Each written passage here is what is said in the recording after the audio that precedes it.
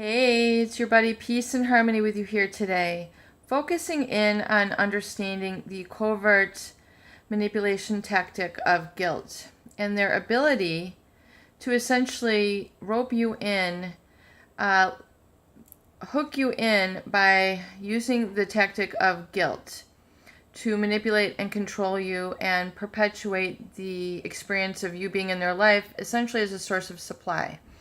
Now, realizing that the covert narcissist has an extreme pathological need to be self-centered, selfish, and really self-absorbed, meaning very much absorbed completely and focused only on their needs, and to the lack and deprivation of acknowledging, understanding the needs, wishes, and interests and feelings of another. And that is because they also possess a lack of empathy. So empathy is it's a personality ability, it's a personality trait where you're able to understand where someone's coming from and say, oh, I get that, I understand. I know what you need, let's take care of that, let's deal with that. So it's like an understanding. Empathy is hearing somebody, knowing the pain that they've been through or the joy that they've been through, or an ability to focus on what's important to you and just get you and understand you altogether. So that is empathy. And I think it's important to understand empathy in order to understand lack of empathy. Because you can really see how this dynamic is produced in a narcissist, how it's active and how they do not possess this quality, and that really creates a feeling of void or disconnect, and just like something is just not grooving, something is not on track with them, that there's like a sort of distance, if you will, in the relationship. And sometimes there can be a distance in a lot of relationships within people's families, because there's sort of this lack of empathy, lack of intimacy, lack of connection. There's walls built up, there's just a certain degree of selfishness going on, where they haven't been able to put their selfish needs aside or on the back burner to relate to another. So really empathy, and before we go into this little bit of understanding how the covert narcissist will utilize guilt as a manipulation tactic, realize that empathy is essentially the ability to hollow oneself out, or the ability to listen to another. And I don't mean hollow out meaning, make yourself empty, but it's the ability to really listen and to hear. And empathy has many different components, but it's the ability to understand where someone is coming from, their needs, their interests, their goals, their desires, to really get it. And so empathy is feeling both someone's joy, someone's pain, someone's excitement, as well as understanding their pain, their grief, their sorrow. They know what it's like to walk a mile in their shoes. So that is empathy, and that is like the connection. So the covert narcissist, and really the narcissist personality disorder spectrum in general, including that of the psychopath, they have an inability really to do this. And whether it's, there's a physiological component, meaning in the gray matter of the narcissist, brain scans have shown sort of a thinning of the gray matter in the left anterior insula, which is the brain area that really regulates a lot of the emotion and really sort of the empathy component as it's processed in the brain.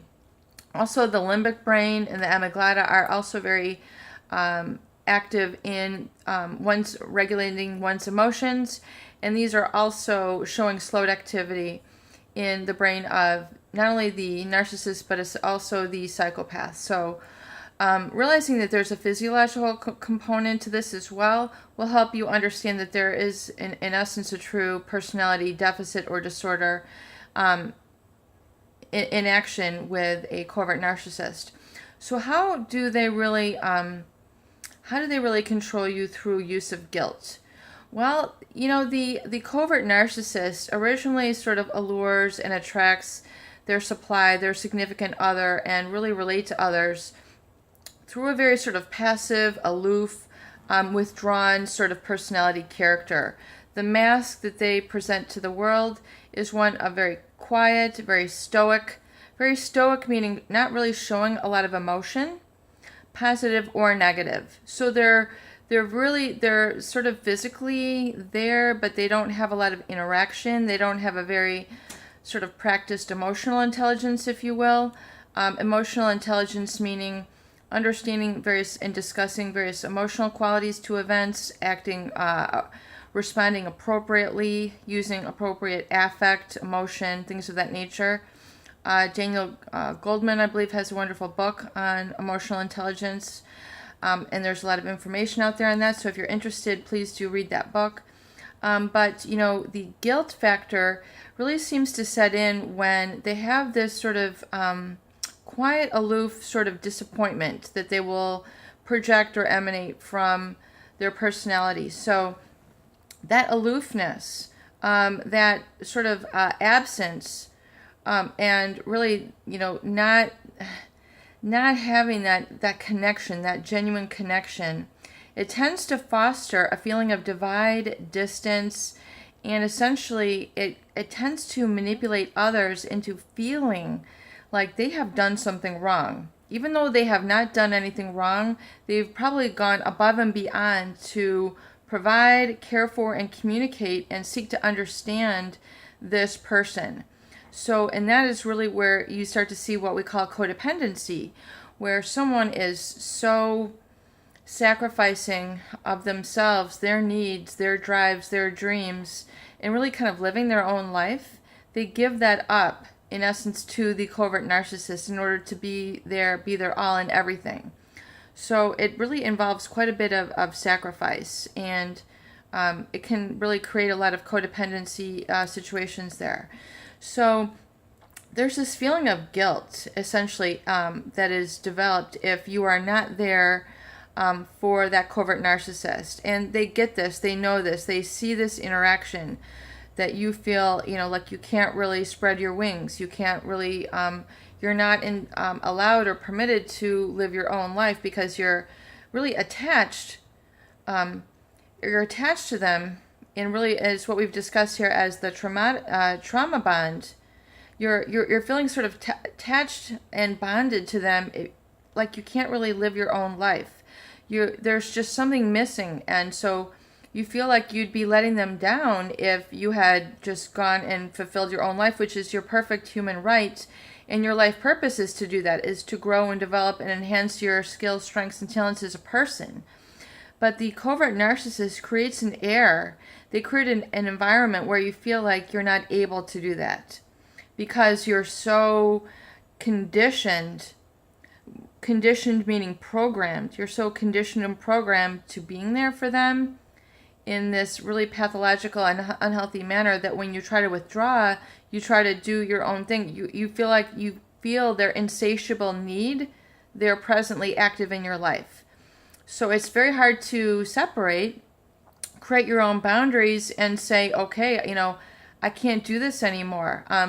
It's like, in essence, they're too needy. They're clingy without being clingy. They're too, it's an insatiable need that they have that they will seek to have fulfilled by you until you really cut the line, cut the cord, and really begin to declare your own boundaries and have that discussion with yourself, really using your metacognition when you have the ability to really think about relationships and think how you react and what's important to you. So really utilizing that tool of metacognition to say, okay, you know what, I now acknowledge and I'm aware that so much of my life has been spent trying to satisfy and take care of and be a caregiver to this person to my own deficit and to my own detriment. So now I'm declaring my boundaries and I'm now acknowledging and bringing out my own voice, my own self, and I now am now going to be voicing my own opinions and feelings and my needs without feeling guilty, because I should not feel guilty about owning my own perspective. It's my truth. It's my it's my vision. It's what I see and know, and I don't need to shut this down in order to appease somebody else's guilt. I'm no longer controlled by that guilt, and I'm now able to verbalize this, and it's okay. I give myself permission, and I'm working through and getting better and better at this and refining my ways of communicating now that I know that it's my proper place, and I give myself permission to be able to speak up and have, and hold my own ground here with this person who had, unbeknownst to me, had taken that ground away from me. So I hope you're beginning to understand a little bit of how this covert narcissist will manipulate through guilt, and realize that you have nothing to be ashamed of. You should, that guilt is a projection onto them. And so really step aside and begin to own your goodness and your truth, and begin to verbalize that and utilize that in your communication, so you're no longer feeling guilt or like you've disappointed this covert narcissist for not only being a supply source, but being your own person. Peace and harmony with you here today. I hope these videos do help. Please share and please subscribe for more great tools, videos, discussion, and support.